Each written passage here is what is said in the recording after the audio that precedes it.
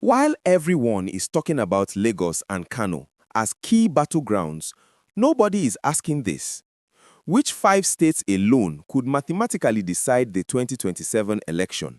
It's a question that opens conventional thinking. Across the country, media outlets highlight the usual hotspots, and political chatter fixates on population-heavy zones.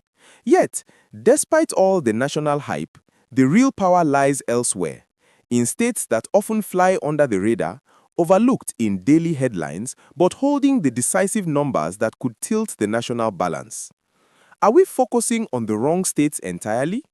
That is the question every Nigerian needs to consider. Before we go further, if you are new here, Naija Update 24/7 exists for one reason: to give every Nigerian, wherever you are, whatever region you are from, the political analysis that mainstream media won't touch. Hit subscribe and stay with me.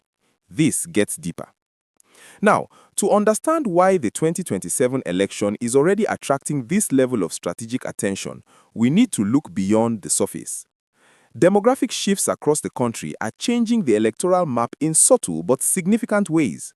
Young voters, urban migration patterns, and the growing engagement of women in key constituencies are redefining where political energy is concentrated. Voter registration numbers across these five states have surged in the past year, while early polling data, though limited, hints at volatility that could surprise analysts who rely solely on historical trends. Political parties, civil society groups, and even the media themselves are driving this conversation. Parties are beginning to pre-position resources and personnel in these critical zones, quietly consolidating influence and scouting for early alliances. Civil society organizations are monitoring voter education and registration drives more closely than ever, aware that these five states could make or break the election. Meanwhile, the media continues to report what is visible, often missing the deeper strategic dynamics at play, which is why this analysis matters. Historically, we have seen how unexpected shifts in certain regions delivered surprising results that shifted the narrative entirely. The same pattern appeared in 2019, where turnout anomalies and regional alliances played decisive roles, yet they received little attention at the time.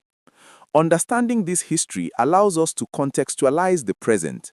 The patterns that were once anomalies may now be central to victory calculations. So why now? Rising political alliances at the state level, combined with pre-election maneuvers by both federal and local actors, are creating conditions for an unusually competitive race. These states are already on the radar for internal party strategies, campaign scheduling, and resource allocation. One of these five states in particular presents a voting anomaly that defies conventional predictions, a twist we will revisit later, as it sheds light on why conventional wisdom could be entirely misleading. To make sense of this, we need to understand the institutional frameworks that govern elections in Nigeria. The Independent National Electoral Commission, or INEC, plays the central role, overseeing voter registration, ballot distribution, and results collation. Security agencies monitor electoral integrity, ensuring that elections proceed without violence or disruption. Local government election committees handle the operational details, while party structures coordinate mobilization on the ground. Each institution has defined authority under the Constitution, yet overlapping jurisdictions create ambiguities, particularly when disputes arise at polling units or in tallying results. Federal influence is limited by law, and institutions operate within checks and balances designed to maintain credibility. Yet, early signs of state-level power plays suggest that influence can still be exerted indirectly, through alliances, local political brokers, and coordinated campaigns. These dynamics mean that even if national trends favor one side, strategic moves at the state level could override expectations. The political strategy surrounding these five states is complex and layered. For the ruling party, success in even a subset of these zones could solidify their grip on power, while opposition coalitions see the same states as their gateway to competitiveness. Risk factors abound.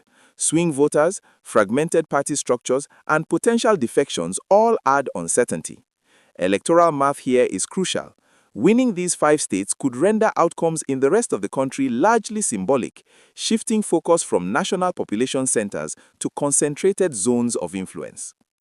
Cross-regional alliances play a key role. Stakeholders in the South-South may negotiate with counterparts in the Northwest and Middle Belt, creating coalitions that are invisible to casual observers. Silent actors, financiers, civil society influencers, and internal party strategists exert subtle but decisive influence.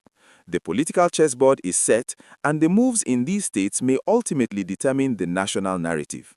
Now, if what I just told you surprises you, drop a comment below. I want to know what you think before we get to the part that changes everything. Beyond politics, the broader national implications of outcomes in these 5 states are profound. The federal-state balance could shift depending on who controls local governments and how state leadership aligns with national actors.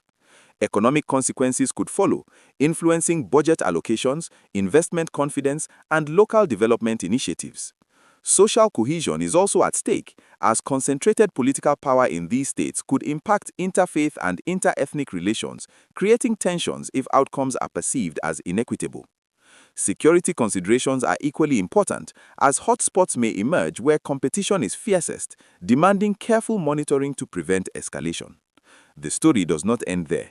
These 5 states are drawing international attention as well, not only because of Nigeria's strategic importance in Africa, but because of the diaspora, whose engagement via social media, remittances, and political discourse amplifies their influence. Nigerians abroad, particularly in the UK and US, are watching these dynamics closely, adding an external layer of strategic pressure that connects local outcomes to global patterns in democracy, governance, and resource allocation. This makes understanding these 5 states critical for every Nigerian. The conventional narrative focusing only on Lagos, Kano, or other populous regions is incomplete. As we continue, we will examine which anomalies in voting patterns could rewrite the playbook and why analysts who ignore these details are likely missing the story entirely.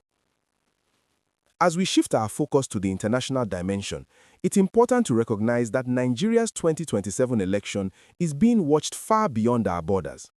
Western governments, for instance, approach this from a dual lens. On one hand, they emphasize political stability and the avoidance of disruption, ensuring that Nigeria continues to function as a reliable partner in trade, investment, and regional security. On the other hand, there is genuine interest in promoting broad participation and credible electoral processes, particularly because Nigeria is often seen as a barometer for democratic trends across Africa. Nigeria's foreign relationships are intertwined with these dynamics. Investor confidence, both from multinational firms and individual stakeholders, is sensitive to electoral credibility.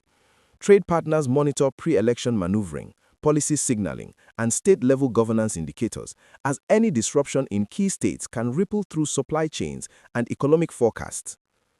Diplomats and international observers keep a close watch on the process, not merely for protocol, but because the results in these 5 states can influence broader geopolitical calculations, from energy contracts to regional security commitments. Meanwhile, the Nigerian diaspora plays an unexpectedly powerful role. Communities in the UK, US, and Canada, while physically distant, exert influence through social media narratives, financial remittances, and even coordinated advocacy that shapes perceptions among voters at home. One striking finding is that in one of these 5 critical states, diaspora voting leverage could meaningfully alter outcomes, whether through mobilization campaigns, funding local initiatives, or amplifying candidate narratives. This is a factor that traditional electoral analysis often overlooks, yet it could prove decisive, resolving one of the open questions we teased earlier about anomalies in voter behavior. Turning now to counter-arguments and common misconceptions, there are still voices insisting that only Lagos, Kano, and Rivers truly matter in 2027. These perspectives often rely on population size as a proxy for influence, but that oversimplifies the mathematics of electoral power.